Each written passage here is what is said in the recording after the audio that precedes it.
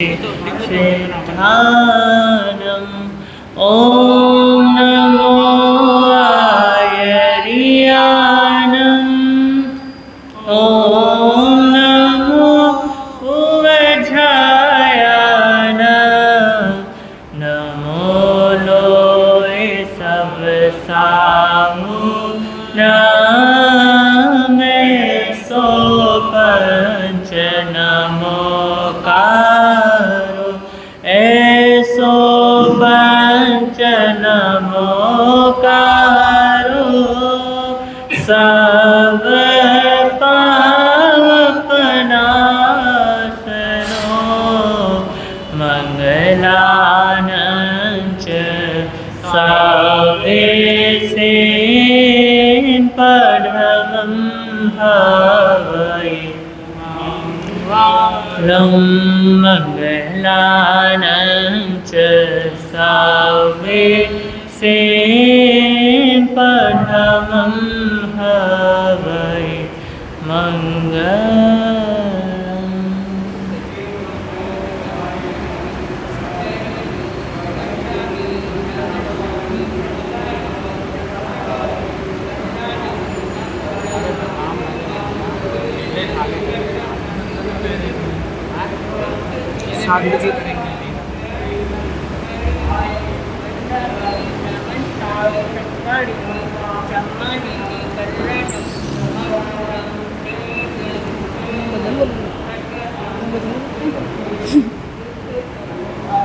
भैया सीधा लगाना, थोड़ा ऊपर कर दो भैया, ऊपर कर दो, ऊपर कर दो माइक।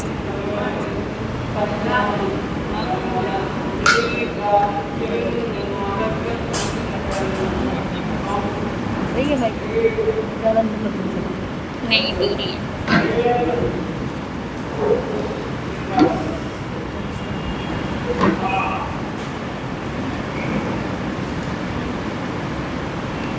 बोलिए भगवान महावीर स्वामी की।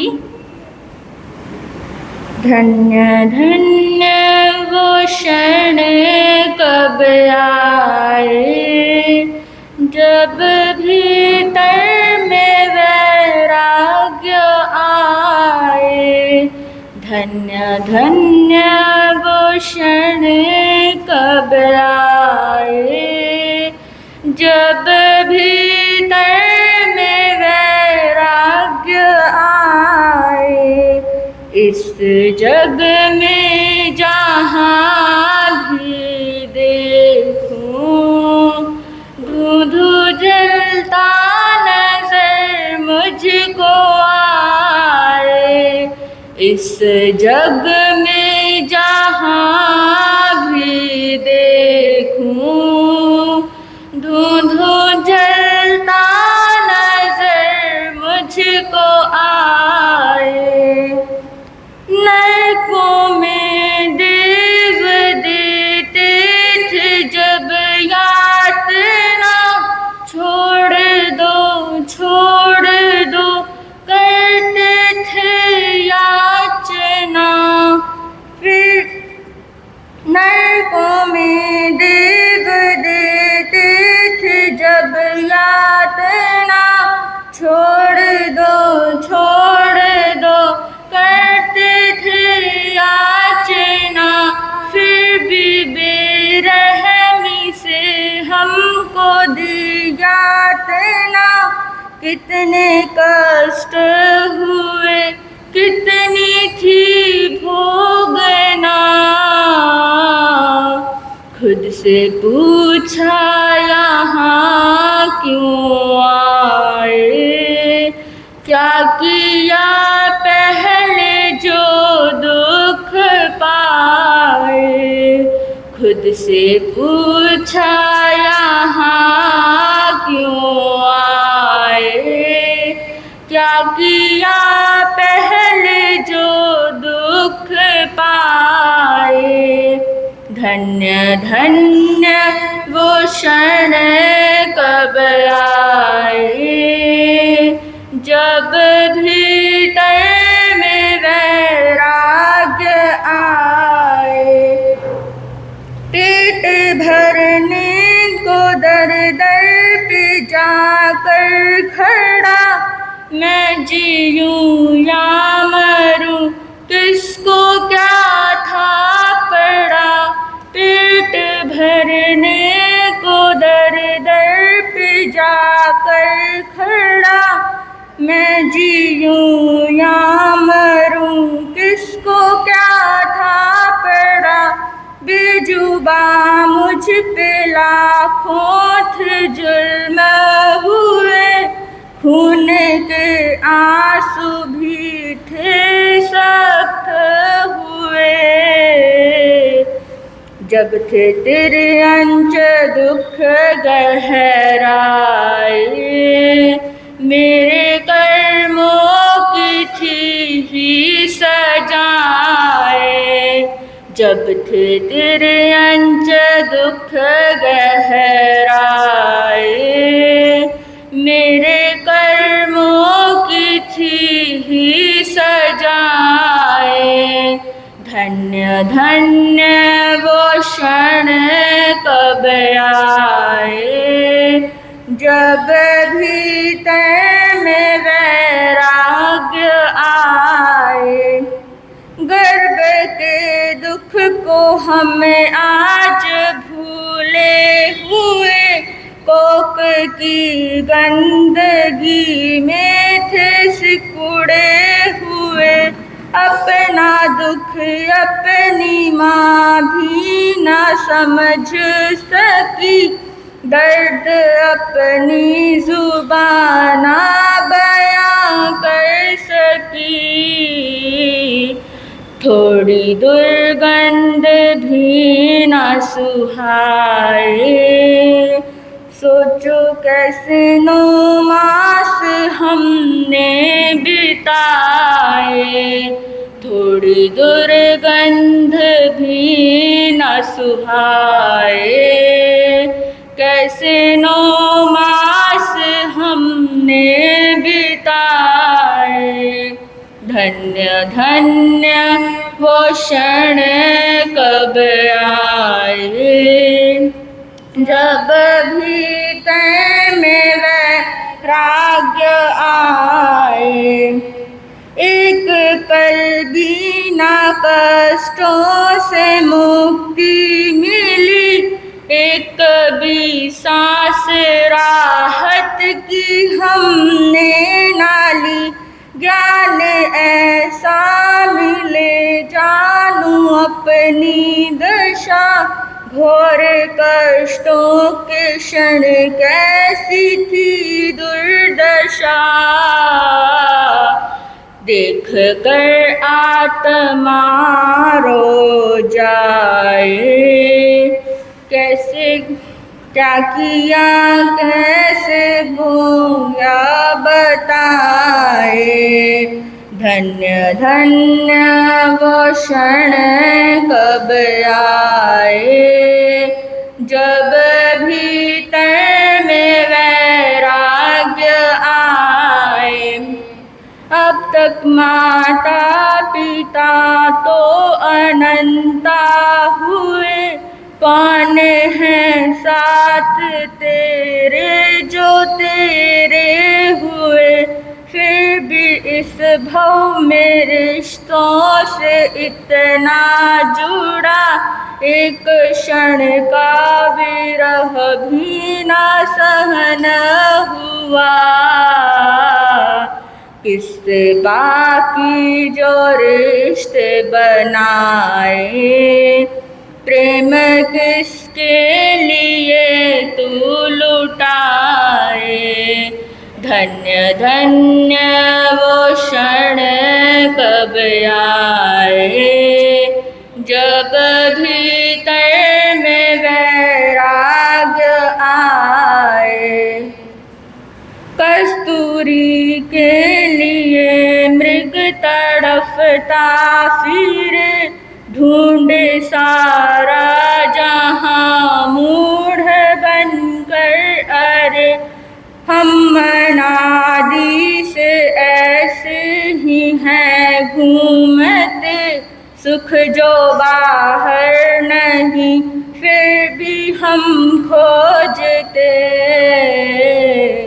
भोगों से ही अगर सुख आए, क्यों प्रभु इनको ठुकरा के जाए। भोगों से ही अगर सुख आए, क्यों प्रभु इनको ठुकरा के जाए। धन्य धन्य वो क्षण कब आए, जब भीतर में वैराग्य आए। देवों को विषयों की क्या कोई है कमी, फिर क्यों संयम पे इनकी है दृष्टि थमी। देव पछताए संयम नहीं ले सकूं, शक्ति है फिर भी पालन नहीं कर सकूं। अंतर मन से ये भावना भाए, अगले भव हम भी संयम को पाए। अंतर मन से ये भावना भाए, अगले भव हम भी संयम को पाए। धन्य धन्य वो क्षण कब आए, जब भीतर में वैराग्य आए। घोर संसार का नहीं छोर है, इस भवन में सुख का नहीं घोर है। हम वो तो जन्मों से मृग तृष्णा सुख भ्रम अनादि से है। भव भव की जो प्यास तो मिट गई, सुख का झरना तो सिद्धों को पाए। जब भीतर में वैराग्य आए, धन्य धन्य वो क्षण कब आए, जब भीतर में वैराग्य आए।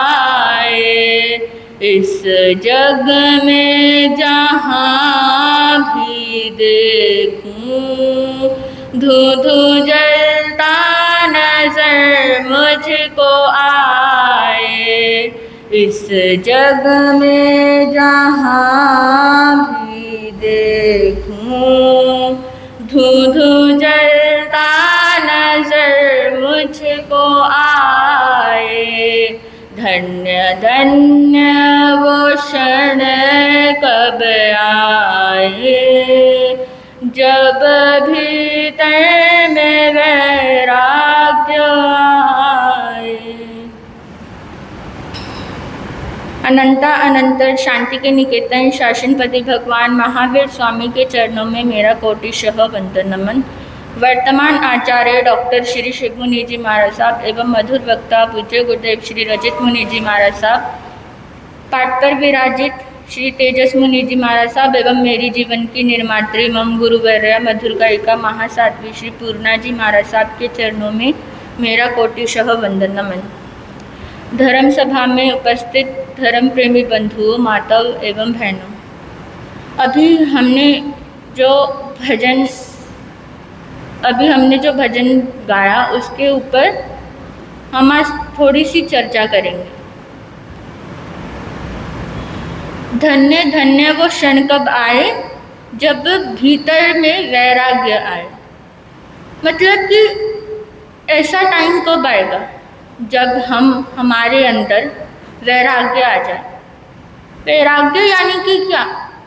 वैराग्य सिर्फ ये तो नहीं है ना कि हम दीक्षा लेके बैठ जाएं, बाणा पहन के बैठ जाएं।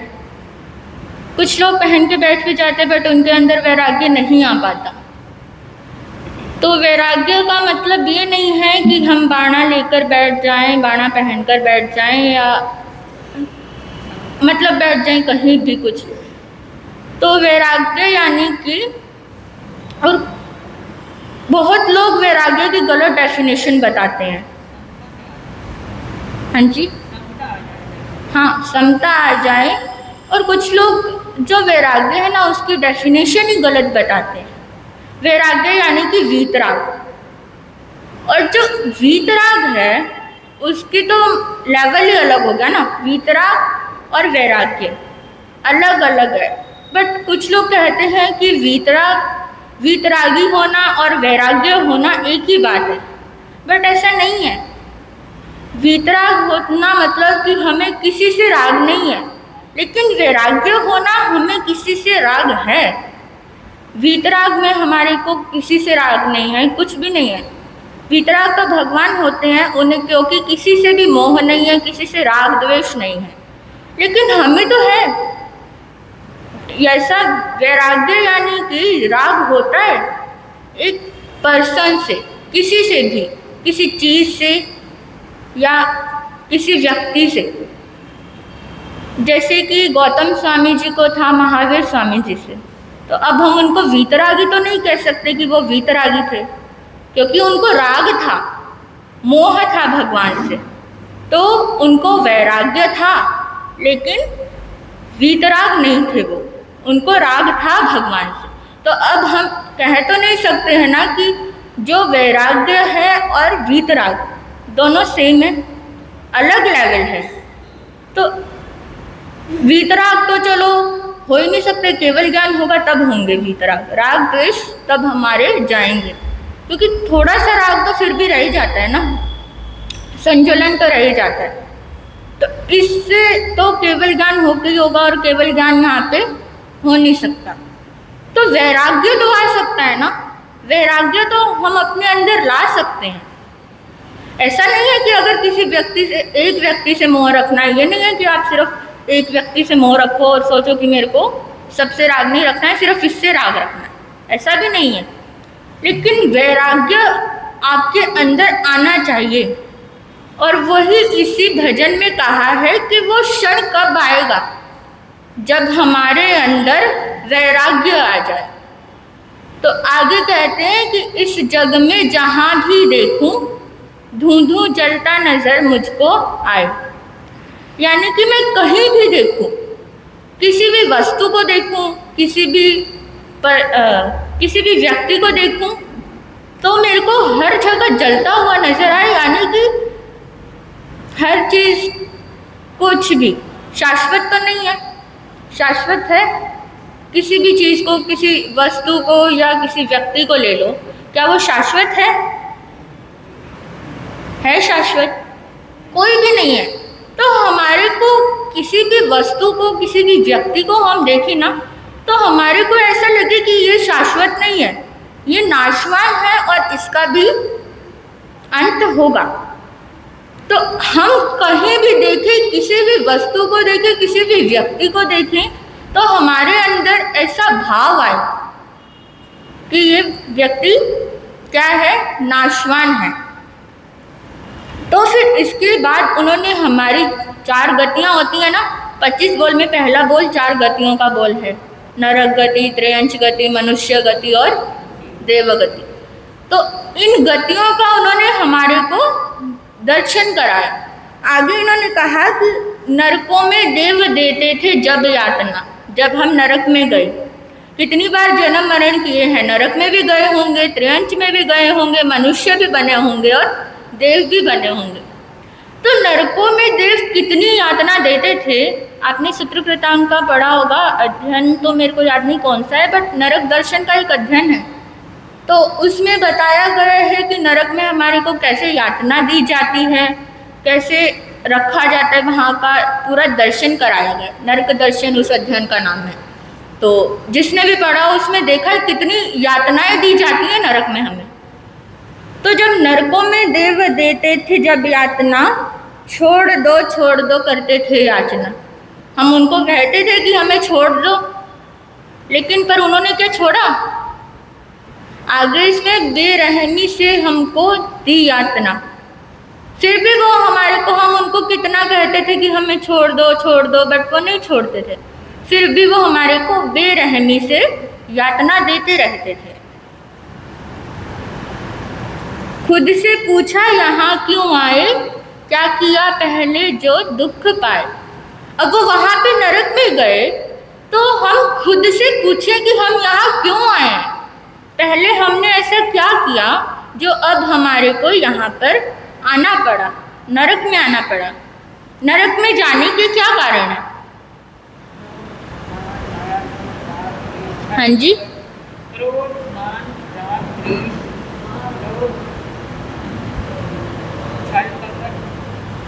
इधर से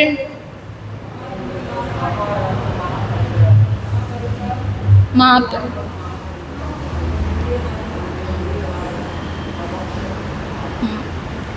तो नरक में हम गए तो हमारे कुछ कर्म ऐसे होंगे ना कि जिस वजह से हम नरक में गए। जैसे कि अभी बताया महारंभ, महापरिग्रह, ऐसे मतलब काफ़ी कारण हो सकते हैं। जो मेन है वो 4 कारण है, पर कितने कारण हो सकते होंगे, सिर्फ इनसे ही ऐसा नहीं होता। तो कितने कारण हो सकते हैं कि हमारे को नरक में जाना पड़ा हो, लेकिन कर्म तो अपने ही थे ना, हम गए तो अपनी वजह से ही, खुद की वजह से ही। अब जैसे कि कुछ लोग कहते हैं कि भगवान हमें नरक में या देव गति में भेजता है, हम हमारे कर्म भेजते हैं। तो कुछ लोग कहते हैं कि हमारे को भगवान नरक में या स्वर्ग में भेजता है, देव गति में। तो अगर हम उनको कहें कि कर्म हमने किए, तो वो कहते हैं कि भगवान ने हमारे को उसका भला बुरा जो भी उसका फल होगा वो हमारे को भगवान देंगे, और उसी हिसाब से हमें हमारा वो चूज़ करेंगे कि हमें इधर जाना है, नरक में जाना है, त्रियंच में जाना है, देव में जाना है, मनुष्य में। तो अगर हम उनसे कहें कि कर्म हम करें, भगवान हमारे को इसका फल देगा, और उनका कहना ये भी है कि भगवान दयालु बहुत है। तो अभी मैं कुछ दिन पहले ही ईश्वरवाद पढ़ रही थी, ईश्वरवाद और हमारा जैन दर्शन, अगर हम उससे जोड़ के देखें तो वहाँ कहते हैं कि भगवान इस सृष्टि का जो है कर्ता है, उसने इस सृष्टि को बनाया है। तो इस सृष्टि को बनाने वाला भगवान है, ठीक है। फिर उसमें आगे लिखा था कि इस दुनिया में जब कोई नहीं था, इस दुनिया में जब कोई नहीं था, तब एक व्यक्ति उसने इस सृष्टि का जो है, इस सृष्टि को बनाया। तो फिर उसने आगे लिखा था कि कोई भी वस्तु हो उसका कर्ता जरूर होता है, कोई वस्तु हो या व्यक्ति हो, उसका कर्ता कोई ना कोई ज़रूर है। तो इसमें इस बात से ये क्वेश्चन आना, तो नेचुरली क्वेश्चन आएगा कि अगर हर किसी वस्तु का कोई भी कर्ता हो सकता है, तो वो जो ब्रह्मा थे उनका कर्ता कौन हुआ? जब इस सृष्टि को भगवान ने बनाया, वो जब कोई था ही नहीं सृष्टि में, सिर्फ एक व्यक्ति था, तो वो एक व्यक्ति कहाँ से आया? वो जो एक व्यक्ति था वो कहाँ से आया? क्वेश्चन तो आएगा ही कि जब हर व्यक्ति, हर वस्तु किसी ना किसी कारण से नहीं, किसी ने बनाया है उसको, उसका कोई ना कोई कर्ता जरूर है। ये हमारा दर्शन नहीं है, ईश्वरवाद है।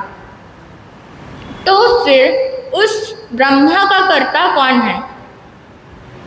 फिर अगर उसमें ही हमारे जैन दर्शन से खंडन किया गया इसी बात को लेकर कि उसका कर्ता कौन है, तो मतलब कि हर चीज़ कर्ता है, हर वस्तु का, तो उसका भी किसी को कर्ता होना चाहिए।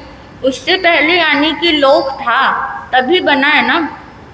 तो इसीलिए उसका खंडन किया गया कि लोक पहले से था, ये किसी का बनाया हुआ नहीं है, क्योंकि अगर उसका भी कोई कर्ता हो तब तो है। और फिर कहते हैं कि पुराणों में भी है, मैंने तो सुना है, मुझे नहीं पता, तो उसमें कहते हैं कि 3 देवियाँ थी। एक देवी थी तो उसने अपने 3 रूप बनाए, और फिर उसके बाद बाकी का वो हुआ। तो अब वो देवी कहाँ से आई? अगर कोई करता है तो वो देवी भी कहाँ से आई? और देवी ने उनको बनाया, तो उसको पहले देवी को भी कहीं रहने की जगह या कुछ होगा ना, कहीं तो रहती होगी वो, या किसी ने उसको बनाया होगा। तो इस तरीके से काफ़ी बातें हैं, हम अपने मेन विषय पर आते हैं। तो हम अपने कर्मों से नरक में जाते हैं, स्वर्ग में जाते हैं। तो खुद के कर्म ऐसे किए थे कि हमारे को वहाँ पर जाना पड़ा। तो आगे है, पेट भरने को दर दर पे जाकर खड़ा, मैं जीऊँ या मरूँ किसको क्या था पड़ा। इसमें त्रियंच का दर्शन कराया गया है, त्रियंच गति का बताया गया है कि अब डॉगी होता है, वो घर घर जाता है ना, कहीं उसको रोटी मिल जाएगी, कहीं तो उसको दूध मिल जाएगा। अब वो बेचारा बोल तो नहीं सकता। फिर हमारे को अगर किसी से अगर हमारा पेट होता है, हमने जिसको पाल रखा होता है, उसको तो हम दे देते हैं। बट जो बाहर घूम रहे होते हैं, हमारे को कोई मतलब होता है उनसे, या वो जिए या मरे, तो हमारे को उनसे कोई मतलब ही नहीं होता। वो बेचारे इधर उधर घूमते रहते हैं, उनको भूख लगती है तो वो इधर उधर घूमते हैं कि हमारे को कोई तो कुछ देगा। बट आजकल तो, पहले तो दे भी देते थे, बट आजकल तो देखो उनको भगा देते हैं, देते कुछ है नहीं।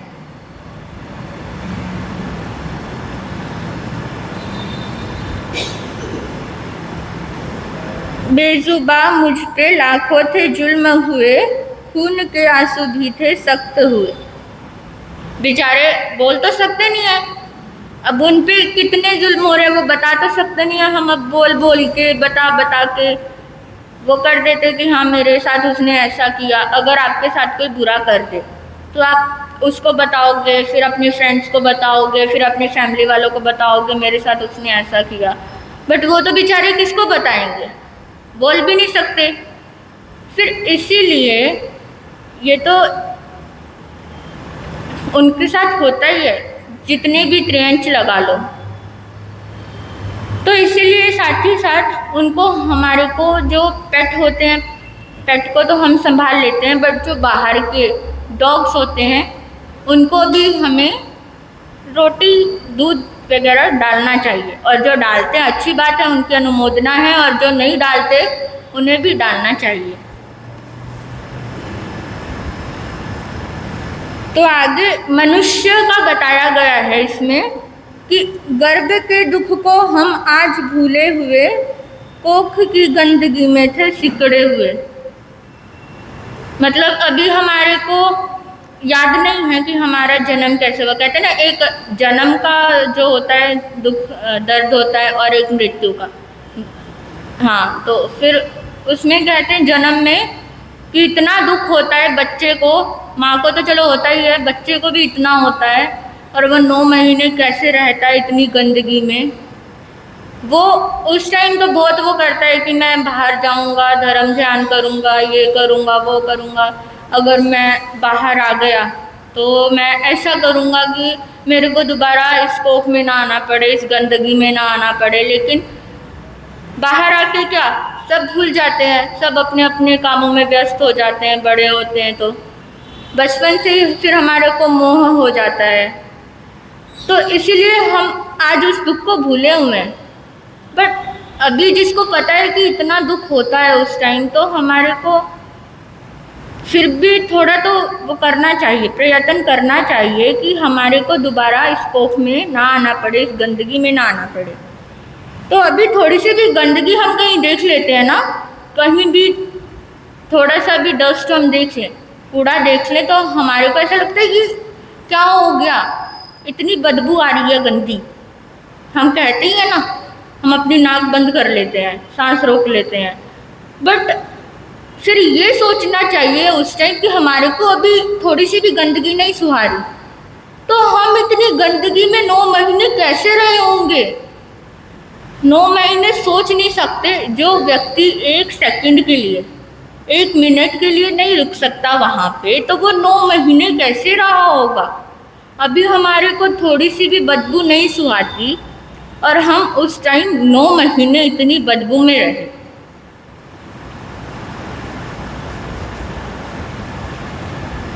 एक पल भी कष्टों से मुक्ति हमें ना मिली, एक सांस भी राहत की हमने ना ली। अब जब हम गर्भ में थे तो क्या हमारे को एक पल भी, 1 सेकंड भी हमारे को मिली कष्टों से मुक्ति? इतना दुख होता था जब अंदर रहते थे। अब मेरे को पता तो नहीं है, मैंने बट पढ़ा है, क्योंकि गर्भ के दुख तो किसी को भी याद नहीं होते।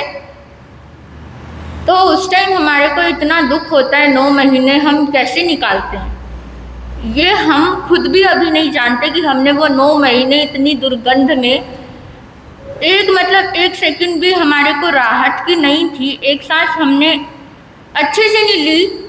तो अब हम इतना किस चीज़ का घमंड करते हैं? अभी किस चीज़ का घमंड है हमें? हमारे हाथ में तो कुछ भी नहीं है। बताओ आपके हाथ में क्या है? आपका शरीर, जो कि आपके टाइम, इसका टाइम आएगा ये भी ख़त्म हो जाएगा। है आपके शरीर आपका हाथ में? आपके हाथ में है आपका शरीर? नहीं है ना। आपकी धन संपत्ति वो भी आपके हाथ में नहीं है। किसी से भी आप जिस से मोह करते हो, कोई व्यक्ति, वो आपके हाथ में है? कुछ तो होगा आपके हाथ में, है कुछ भी आपके हाथ में? और फिर भी हमें पता नहीं क्यों इतना घमंड होता है। हम किस बात का इतना घमंड करते हैं? हमारे हाथ में कुछ भी नहीं है, फिर भी पता नहीं क्या है, क्यों हमने इतनी है तौबा मचा रखी है, क्यों हमारे को पता नहीं किस बात का घमंड है, पता नहीं, समझ नहीं आता। तो ज्ञान ऐसा मिले जानू अपनी दशा, घोर कष्टों के क्षण कैसी थी दुर्दशा। उस टाइम तो हम कहते हैं कि जब हम बड़े होंगे, दीक्षा ले लेंगे, ऐसा ज्ञान पाएंगे, दोबारा कोख में ना आना पड़े। लेकिन उसके बाद वो पता नहीं ज्ञान कहाँ चला जाता है। जैसे ही हमारा जन्म होता है, वो दुख, वो ज्ञान पता नहीं कहाँ चला जाता है। तो आगे है, अब तक माता पिता तो अनंता हुए, कौन है साथ तेरे जो तेरे हुए। इतने जन्म मरण किए हैं, मनुष्य गति में भी आए होंगे, माता पिता भी हुए होंगे इतने सारे। तो अभी जो आपके पहले माता पिता हुए हैं, क्या वो आपके साथ है? नहीं है ना। आपको नहीं पता कि आपके माता पिता, हर कोई आपका माता पिता बना है। अब यहाँ पे जितने भी लोग बैठे हैं सब हमारे माता पिता बने हैं। हमारे को तो नहीं पता ना कि कौन से भाव में बने या कब बने। तो कितने माता पिता बन चुके हैं और अभी कोई भी हमारे साथ में नहीं है।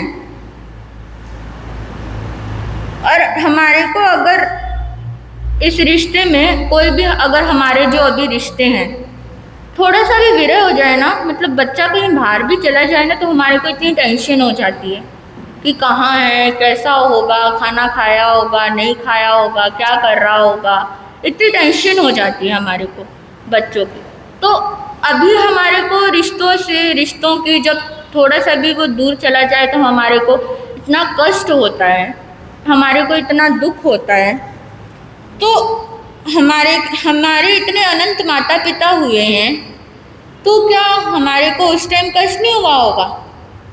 उनसे भी इतना मोह करते होंगे, पर फिर भी जब हमारी मृत्यु होती है तब तो वो हो ही जाता है। और फिर भी जब हमारे को पता है इतने माता पिता ही नहीं, जब हमारे खुद के हुए तो ये क्या हो जाएंगे, पर फिर भी ना हम उनसे भी इतना मोह करते हैं।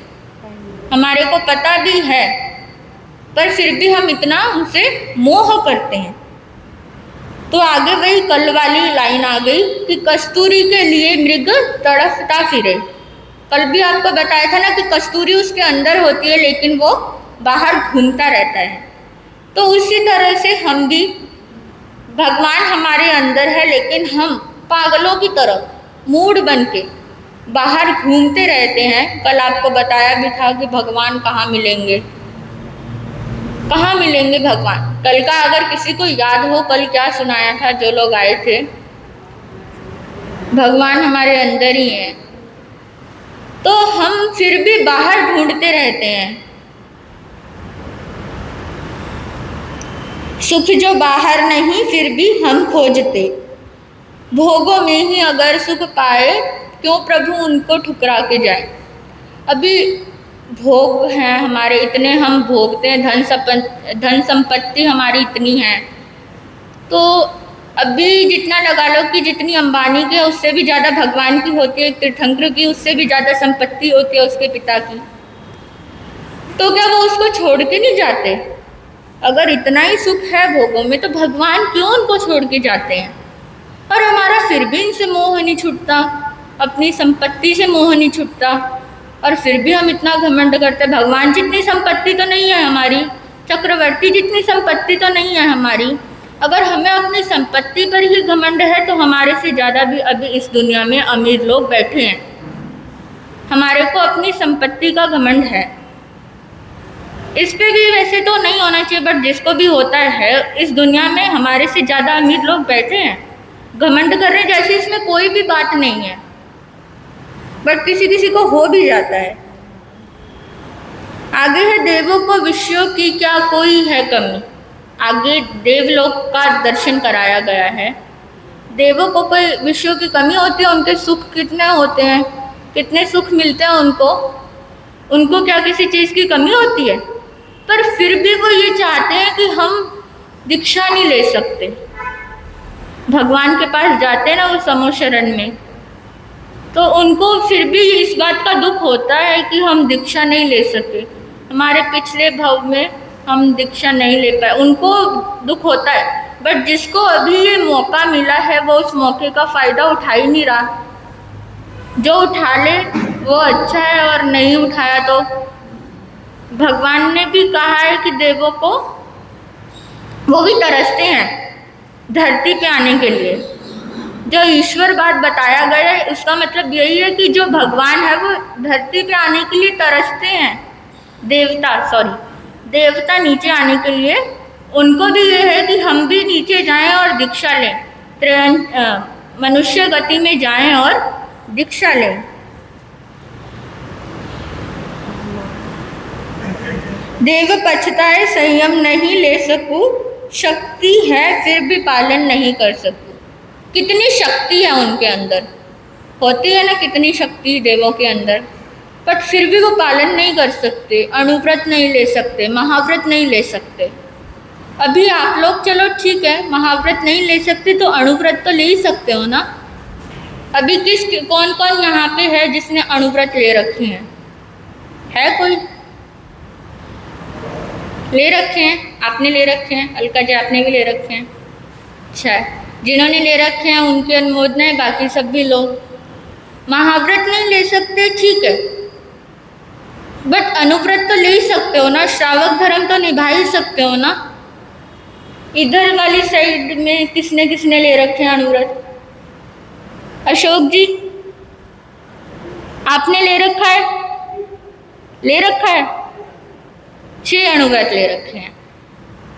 और किसी ने? 6 क्यों लिए? पूरे आपने भी लिए? 6 लिए? 12? अच्छा है, आगे भी भाव बढ़ाओ, 6 से आगे भी। तो आगे है घोर संसार में दुख का नहीं छोर है। मतलब इतना संसार है, संसार को सागर की उपमा दी गई है, संसार सागर। तो इसमें कहीं सागर कितना बड़ा होता है, इतना कि बिल्कुल कहीं भी छोर नहीं है उसका। तो सुख की प्यास में पता नहीं कहाँ कितने जन्म मरण हो गए हमारे, सुख की प्यास में, सिर्फ सुख के लिए, सिर्फ सुख के लिए हमने इतने प्रयास किए, बट हमें अभी तक सुख मिला क्या?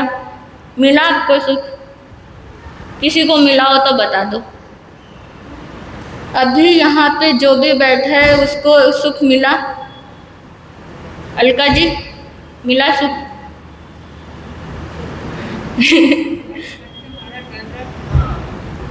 लो पंचमारा में चल रहा है तो सुख नहीं मिलेगा? आर्य का प्रभाव है तो इसका मतलब सुख ही नहीं मिलेगा। शारीरिक सुख तो सबको मिलता है,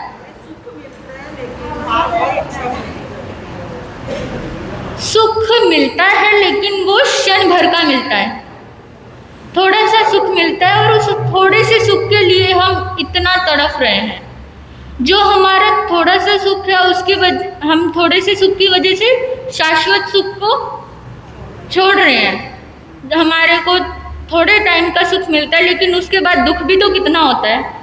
कोई चीज़ हमें मिल जाती है अगर एसी चल रहा है, अभी लाइट चली गई, उसके बाद जब एसी चल रहा था बहुत सुख मिल रहा था, एसी चल रहा है, ठंडक मिल रही है, गर्मी में यही चाहिए और कुछ नहीं चाहिए, एसी चलता रहे बस। फिर उसके बाद अगर लाइट चली गई, था तो थोड़ी देर का सुख ना, और लाइट चली गई 2 घंटे के लिए। अब बताओ थोड़े से सुख के लिए कितना दुख उठाना पड़ा। अगर हम उस टाइम एसी में बैठे ही ना होते तो हमारे को लगता नहीं कि इतनी गर्मी हो रही है, क्योंकि अगर हम एसी में ही बैठे रहे ना तो हमारे को गर्मी ज़्यादा लगती है। इतनी हमारे को पंखे के नीचे गर्मी नहीं लगती जितनी कि हमारे को एसी के नीचे लगती है। फिर भी हम थोड़े से सुख के लिए अपने जो शाश्वत सुख है हमारा, उसको छोड़ देते हैं। तो अभी आपका समय हो रहा है, बाकी इस विषय को आगे देखेंगे इन्हीं भावों के साथ। ओम शांति।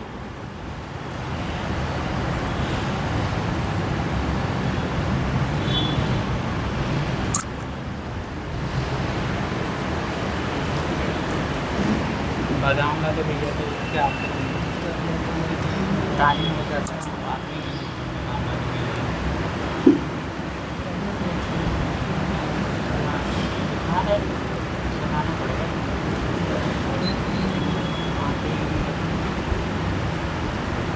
धमो मंगलमुकेठम अहिंसा संचमोतावो देवावितं नामं सन्ते जसधमे सयामनो। जो स्वरूप समझे बिना पाया दुख अनंत, जो स्वरूप समझे बिना पाया दुख अनंत, समझाया वह पद नमन श्री सद्गुरु भगवंत। समझाया वह पद नमन श्री सद्गुरु भगवंत। सर्वप्रथम प्रीणानम तार्याणम शासनिस प्रभु परमात्मा श्रमण भगवान महावीर स्वामी जी के पावन से चरणों में कोटिशः वंदन एवं समस्त गुरु भगवंतों के पावन से चरणों में, मेरे आराध्य पूज्य गुरुदेव के पावन से चरणों में कोटिशः वंदन तथा अन्य मुनिजन एवं साध्वी परिवार तथा इस प्रातःकालीन धर्म सभा में उपस्थित जिन शासन के उपासकों एवं उपासिकाओं, आपके समक्ष कुछ कहूँ उससे पूर्व भजन की कुछ पंक्तियाँ हैं, उन्हें गुनगुना लेते हैं। तत्पश्चात हम मेरी भावना की भावधारा में बहने का प्रयास करेंगे।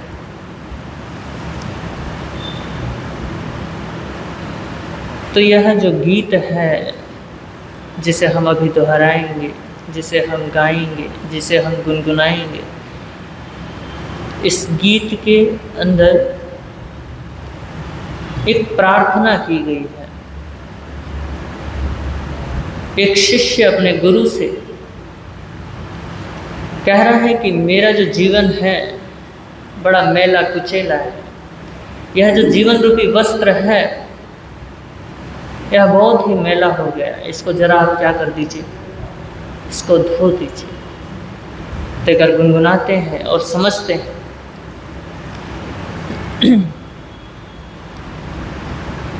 धोबिया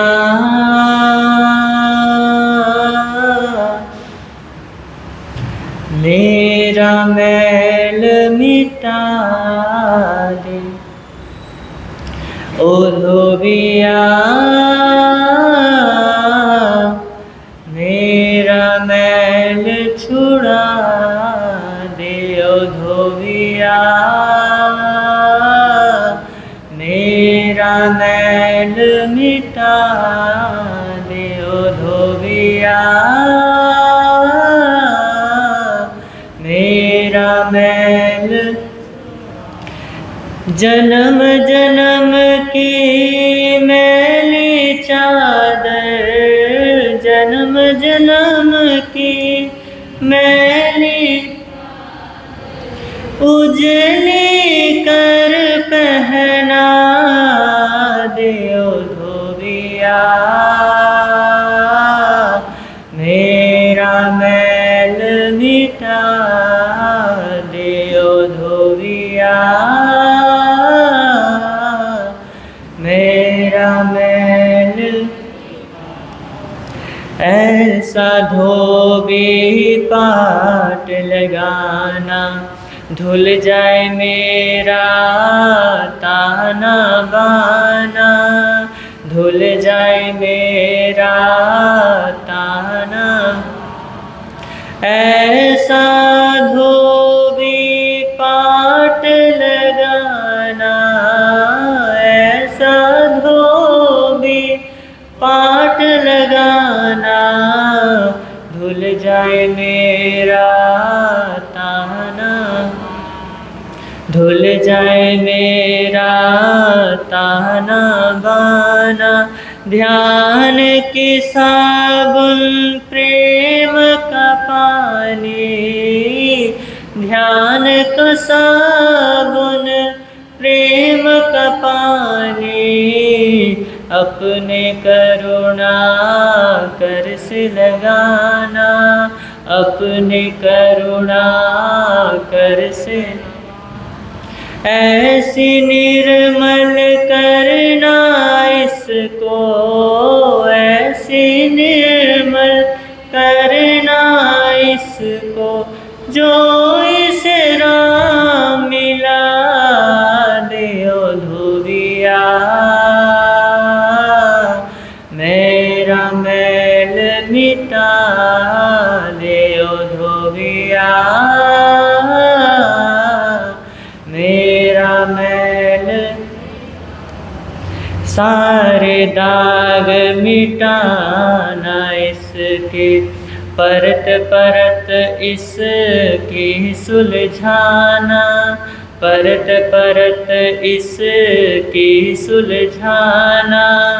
तार तार को शीतल करना, तार तार को शीतल करना, लौट कर फिर पड़े न आना, लौट कर फिर पड़े न। धीरज की इसे धूप लगा कर, धीरज की इसे ज्यों की त्यों लौटा दियो धोबिया, मेरा मैल मिटा दियो धोबिया, मेरा मैल छुड़ा दे। जन्म जन्म की मैली चादर उजली कर पहना दियो धोबिया, मेरा मैल। ओ धोबिया, मेरा मैल छुड़ा दे।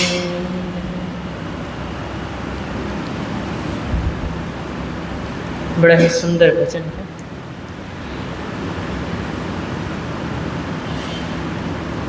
ये हम प्रार्थना करते अपने गुरु के प्रति, अपने सद्गुरु के प्रति, और यह भावना होती है कि हमारा जीवन क्या हो जाए, जैसा है वैसा हो जाए। ये नहीं कि जो हमने बना दिया है वैसा ही रह जाए। जैसे आपने श्वेत वस्त्र पहने हैं, श्वेत वस्त्र पहनने के बाद उसमें तुमने जो दाग धब्बे लगाए हैं वो तुम्हारा श्वेत वस्त्र नहीं है। श्वेत वस्त्र कौन सा है आपका, जो वो दाग धब्बे है ही नहीं। जैसा लिया है वैसा ही है। ऐसा हम प्रार्थना अपने गुरु से करते हैं। क्योंकि कबीर ने बड़ा सुंदर कहा है, ज्यों की त्यों धरी दिन ही चतरिया। जीवन यही है, इसी को जीना कहते हैं। अरिहंतों का तीर्थंकरों का यही तो जीवन होता है कि जैसा जीवन मैंने पाया था वही जीवन अब वापस उपलब्ध हुआ है, क्योंकि भटक गया था, रास्ता अलग चुन लिया था। तो मेरी भावना की पंक्तियों पर हमारी चर्चा चल रही है। और देखिए, मेरी भावना कोई कविता नहीं है, ये कोई शब्दों का खेल नहीं है। ये तो आत्मा की धड़कन से निकली हुई एक गूंज है, एक आवाज है। मेरी भावना आत्मा गा रही है, अपने स्वरूप को पुकार रही है कि मैं अपने स्वरूप को भूली हुई क्यों हूँ। और देखिए, अभी आप थके नहीं हो, अभी आपको रस आ रहा है उन चीज़ों में, और जब तक रस आएगा तो वैराग्य तो होने से राग। हमारे साहब ने 2 शब्द बताए थे ना, वीतराग और वैराग्य। वीतराग माने जिनको ना ही राग है ना ही द्वेष है, और वैराग्य यानी वैराग्य का मतलब है कि किसी एक के प्रति राग होना। और एक राग किसी संसारिक वस्तुओं के प्रति नहीं, किसी संसारिक व्यक्ति के लिए नहीं, केवल और केवल सत्य के प्रति राग होना। गौतम को परमात्मा के प्रति राग था तो वो वैराग्य था।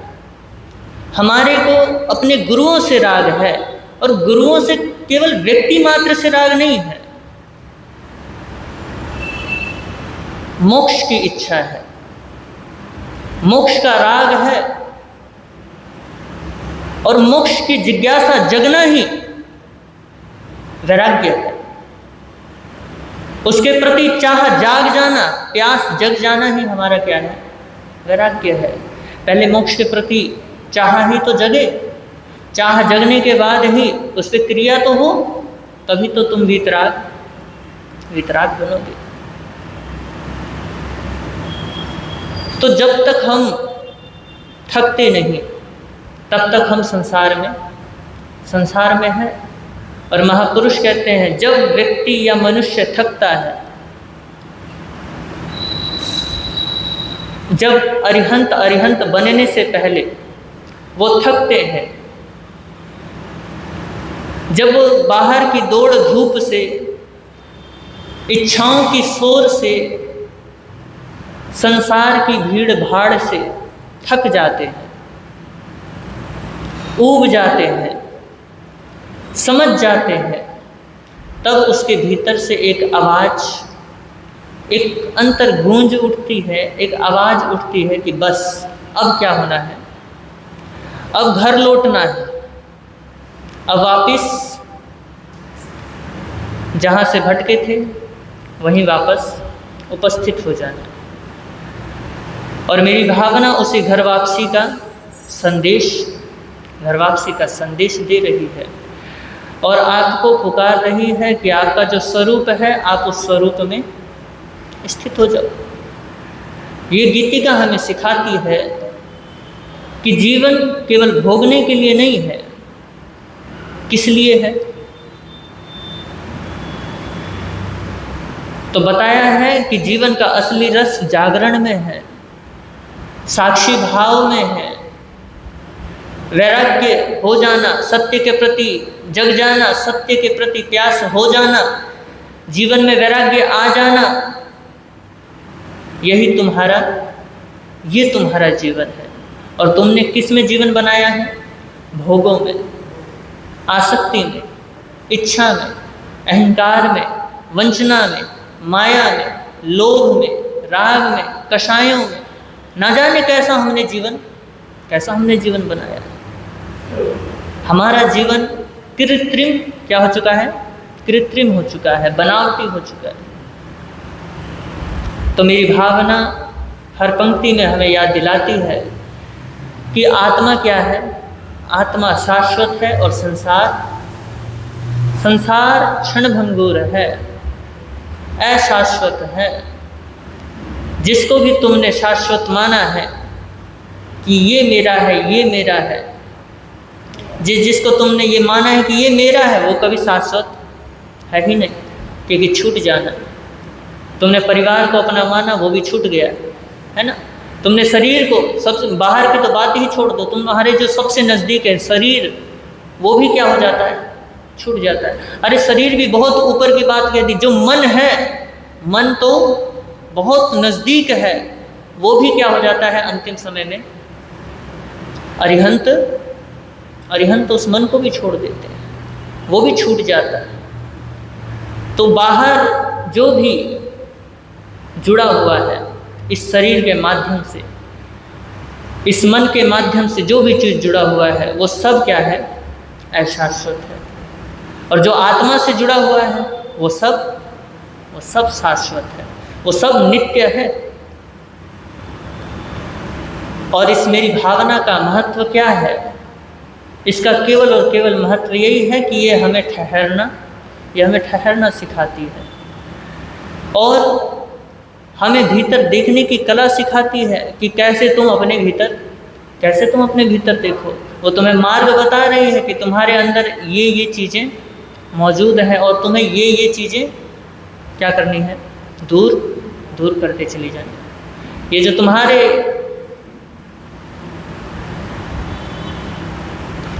कलुषित भाव हैं, जो कलुषित विचार हैं, जो कलुषित जीवन है, उसको क्या करना है? उसको शुद्ध बनाना है। और ये मेरी भावना आपको सिखाती है, ये हमें एहसास कराती है कि असली साधना कहीं बाहर नहीं है, यही हमारे भीतर है।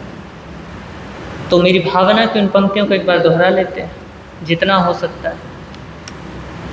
अहंकार का भाव न रखूं, नहीं किसी पर क्रोध करूं, देख दूसरों की बढ़ती को कभी न ईर्ष्या भाव धरो, रहे भावना ऐसी मेरी, सरल सत्य व्यवहार करूं, बने जहाँ तक इस जीवन में औरों का उपकार करूं, बने जहाँ तक इस जीवन में औरों का उपकार करूं। तो हमारी चर्चा चल रही थी, रहे भावना ऐसी मेरी, सरल सत्य व्यवहार करो। मेरा व्यवहार सरल सत्य से ओतप्रोत हो और उसमें कहीं भी असरलता और असत्यता का कोई छांव ना हो। जो भी हो वो सहज हो, असहज ना हो। तो मनुष्य क्या है? मनुष्य जटिल है, वो छुपाता कुछ है और दिखाता कुछ है। उसमें कुछ ऐसा मौजूद है जिसे वो क्या करना चाहता है? छिपाना चाहता है, जिसे वो ढकना चाहता है, जिसे वो आवरित करना चाहता है कि कोई उसे जान ना सके, कोई उसे जान ना ले। जिसको वो छिपा करके रखना चाहता है, अधिक से अधिक वो कोशिश करता है कि उसे कोई जान ना पाए। और वो है क्या जिसे वो छिपाना चाहता है? बताओ, हर व्यक्ति छिपाना चाहता है। क्या है? कहीं बाहर की बात नहीं कर रहा, आपको पता होगा आप क्या छिपाना चाहते हो।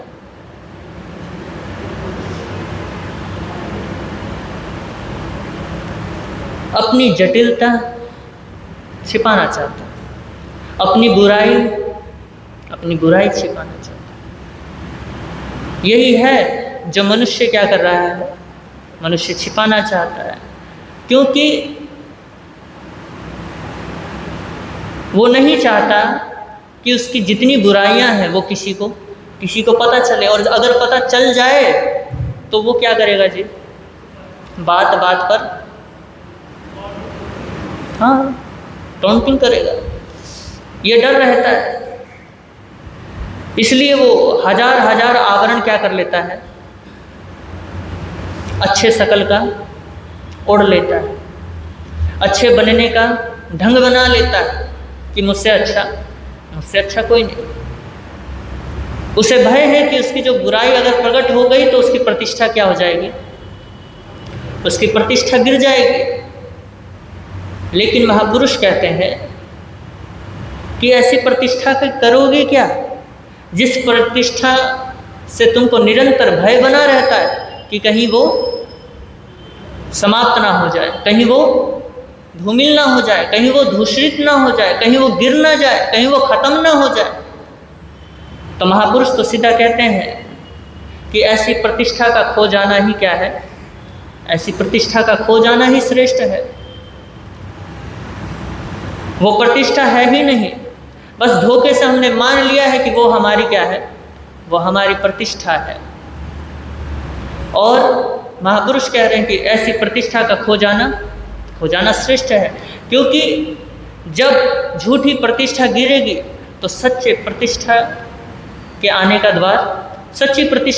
द्वार खुलेगा। और देखिए, वो सच्ची प्रतिष्ठा कहीं बाहर से नहीं आने वाली, आपके भीतर से ही आएगी। और वो आत्मसम्मान आपकी आत्मा से ही जगेगा। अगर बाहर ढूंढोगे तो वो तो अनित्य है, अशाश्वत है। वही सम्मान जो आपके लिए अपने भीतर से आपके लिए उजागर होता है, वही यथार्थ सम्मान है। क्योंकि आपको पता है कि मैं सही हूँ या गलत, या आपकी आत्मा की अदालत आपको साक्षी देती है कि भैया तू गलत है, तू सही है। तो वो जो आत्मा का सम्मान है, आत्मसम्मान जिसे कहते हैं, वो असली हमारी क्या है, वो हमारी असली प्रतिष्ठा है, जो कभी खोने वाली नहीं है। क्योंकि जो सम्मान बाहर से मिलता है वो एक ना एक दिन खो ही होता है। अब देखो, परमात्मा अरिहंत हुए, चक्रवर्ती हुए, वासुदेव हुए, बलदेव हुए, प्रतिवासुदेव हुए। और ये इस 24 की बात है, इस भरत क्षेत्र के अंदर जितने 63 सलाका पुरुष हुए हैं, और इससे पहले भी ना जाने कितने 63 सलाका पुरुष हो चुके हैं। अभी के 24 का हमें पता है, अभी के 63 सलाका पुरुषों का नाम हमें पता है, लेकिन भविष्य में जो होने वाले 24 हैं वो भी बदल जाएंगे। उनका भी नाम क्या हो जाएगा, जो बाह्य सम्मान है वो भी क्या हो जाएगा, वो मिट जाएगा। चाहे वो अंदर जैसे हैं वैसे ही बाहर हैं, लेकिन वो भी क्या हो जाएगा, वो भी मिट जाएगा। लेकिन जो आत्मिक सम्मान है वो सदैव क्या रहने वाला है, वो सदैव उनके साथ रहने वाला है। तो लोगों से आपको जो मिल रहा है सम्मान या असम्मान, महापुरुष कहते हैं कि वो अर्थपूर्ण नहीं है। अर्थपूर्ण क्या है? अर्थपूर्ण ये है कि भीतर से आपको क्या मिल रहा है, भीतर से आपको मान मिल रहा है या सम्मान मिल रहा है या अपमान मिल रहा है, क्या मिल रहा है? आपको कैसी भावना लग रही है कि मैं सही हूँ या गलत हूँ? आपको आत्मा क्या कह रही है? आपके भाव आपको क्या कह रहे हैं कि आप धार्मिक हो या अधार्मिक हो, या आपकी आत्मा आपको साक्ष्य देगी। अब बाहर से आप कितने ही धार्मिक हो लो, बाहर से आपको सम्मान मिल सकता है उससे, लेकिन आपको कल्याण नहीं मिलेगा। अगर जब तक आपको आंतरिक सम्मान नहीं मिला, जब तक आपके भाव अगर शुद्ध नहीं हुए, अगर आपके अंतर के भाव जगत में आपने सम्माननीय स्थान प्राप्त नहीं किया, तो बाहर आप कितने ही सम्माननीय स्थान प्राप्त कर लो। राजनेता लोग इतने प्रतिष्ठित बैठे होते हैं, क्या उनके कल्याण हो जाता है? भैया अंदर से बड़े खाली होते हैं, खोखले होते हैं, अंदर से बड़े क्रूर होते हैं। थोड़ा सा कह के देखो, रातों रात गायब कर देते हैं। ऊपर से दिखाएंगे कि हम कितने अच्छे हैं, ऊपर से दिखाएंगे हम कितने सरल हैं, ऊपर से दिखाएंगे कि हम जनप्रिय हैं, लोग हमें प्रिय हैं, लोगों की हम सेवा करते हैं। तो हम उन राजनेताओं जैसे हम अपने जीवन बना सकते हैं बाहर से, लेकिन अंदर से अगर हमने अरिहंत जैसा स्वरूप को नहीं निहारा, परमात्मा जैसे स्वरूप को नहीं निहारा, तो बाह्य सम्मान क्या हो जाता है जी? बाह्य सम्मान तो छूट ही जाता है। और फिर आंतरिक सम्मान नहीं मिला तो वैसे भी हम लोक से, बोलो, जो परलोक है, जो सही लोक है, उससे भी हाथ धो बैठते हैं। क्योंकि सच सच होता है। हमारा जो आंतरिक सम्मान है वो सच है, वो यथार्थ है, त्रिकाल अबाधित है। उसको कभी झूठा नहीं किया जा सकता, क्योंकि झूठ होता है, आखिर में उसको झूठ ही सिद्ध होना पड़ता है। एक सूफी फकीर हुए, मैंने सुना कि वो बहुत ही श्रद्धालु थे, बड़े ही अल्लाह प्रिय थे, और लोग उनको जानते थे कि अल्लाह के नज़दीक, बहुत नज़दीक है, और ये हमारे को क्या कर देंगे? भगवान से मिला देंगे। लोगों के प्रति उनके अंदर समान भाव था, और लोगों के अंदर भी उस फकीर के प्रति श्रद्धा भाव अनन्य, बहुत ज़्यादा। अगर वो फकीर जिस रास्ते से गुजर जाता था, लोग पलके बिछाए खड़े होते थे। एक बार एक घटना घटी, उसी गांव में एक कुंवारी कन्या मां बन गई। एक कुंवारी कन्या ने एक बच्चे को जन्म दिया, और पहले के ज़माने में तो वैसे भी, पुराने ज़माने की छोड़ो, आज के ज़माने में भी वैसे भी क्या है, इन बातों पे बहुत गौर किया जाता है। तो इस बात को सुन करके गांव वालों में हड़कंप मच गई कि अविवाहित कुंवारी कन्या ने क्या दिया है? बच्चे को जन्म दिया है। सारे गांव वाले पहुंच गए उस कन्या के पास और कहने लगे कि ये कुकर्म किसके साथ किया तूने, ये बच्चा किसका है? पूछने लगे। तो उस कन्या ने, उस लड़की ने अपने प्रेमी को बचाने के लिए उस फकीर के ऊपर क्या कर दिया? दोषारोपण कर दिया कि उस फकीर का ये बच्चा है। लोग तो बड़े हक्के बक्के रह गए, सोचने लगे कि कमाल है, सन्यासी फकीर ऐसा कर रहा है। उस बच्चे को उठा करके पहुंचे हैं उस फकीर के पास, और उस बच्चे को उसके गोद में रख करके बोला है कि तूने ये कुकर्म किया है, शर्म नहीं आई। और जितनी गालियां हो सकती थी गंदी से गंदी, सब फकीर को क्या किया है? फकीर को सुनाया है। और फकीर क्या कहता है लास्ट में? कहता है कि बच्चे तो सबके होते हैं। और इधर गालियां सुना करके गांव वालों ने झोपड़ी में आग लगा दी। अब वो बच्चा रुदन कर रहा है, उस बच्चे को उठा करके फकीर क्या हो गया? झोपड़ी से बाहर निकल गए। इधर गांव वाले तो चले गए। अब जो बच्चा है उसको भूख लगी है और वो किलकारियां मार रहा है, और संत का दिल क्या हो गया? करुणा से भर गया कि अब इस बच्चे को क्या करूं, कहाँ से खिलाऊं, कहाँ से पिलाऊं। तो विवश होकर के उसी गांव में क्या हुए हैं, उसी गांव में पहुंचे हैं जिस गांव में लोग पल के बिछाए खड़े होते थे। आज जैसे ही पहुंचे हैं तो सारे दरवाजा बंद कर रहे हैं। कोई थूक रहा है, कोई गालियां दे रहा है। संत सबके द्वार पे जा रहे हैं एक एक के पास, लेकिन कोई उनको भिक्षा नहीं दे रहा। उस बच्चे के रुदन को कोई सुन नहीं रहा। फिर अंतिम घर जो बचा उस कन्या का बचा, जिसका वो बच्चा था। फकीर गया और कहा कि अब ये जो बच्चा है तुम्हारा ही है, और हो सकता है मेरा कोई दोष हो, लेकिन इस बच्चे का तो कोई दोष नहीं है। तो आप इस बच्चे के लिए क्या करो, इस बच्चे पे तो कम से कम दया करो। और वो कन्या तो माँ बनी है, तो बच्चे के प्रति ममता तो स्वाभाविक है कि होगा। उसी वक्त दिल दहल गया उस कन्या का, रो पड़ी और रोते रोते सन्यासी के चरणों पे गिर पड़ी और उद्घोषणा कर दी कि मैंने इस फकीर के ऊपर गलत क्या किया था, गलत दोषारोपण लगाया था, कलंक लगाया था, लेकिन ये कलंक झूठा है। जब गांव वालों को ये पता चला तो वहीं पे फटाफट दौड़े आए हैं सन्यासी के पास, चरणों में झुके हैं और कह रहे हैं कि हमें क्या कर दो, हमें क्षमा कर दो, हमने आपके प्रति दुर्व्यवहार किया है, आपको ना जाने हमने क्या क्या कहा है, हमने ना जाने आपके ऊपर क्या क्या लांछन लगा दिए बिना सत्य को जाने। कृपा कर आप हमें क्या कर दीजिए, क्षमा कर दीजिए।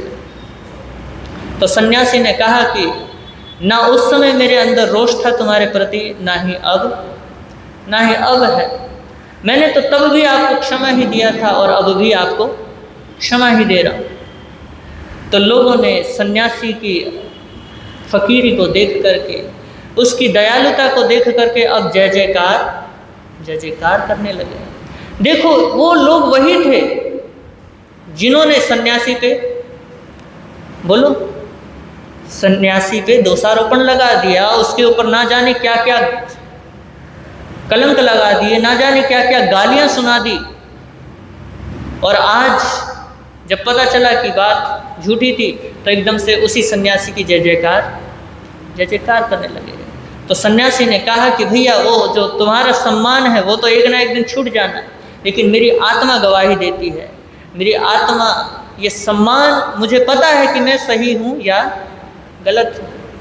तो आत्म सम्मान जो है वो आपकी आत्मा से ही मिलेगा। तो समय हो गया और आगम विरुद्ध कुछ कहा गया हो तो स्मिच्छा में दुखना, इस विषय में जैसा अवसर होगा फिर चर्चा करेंगे।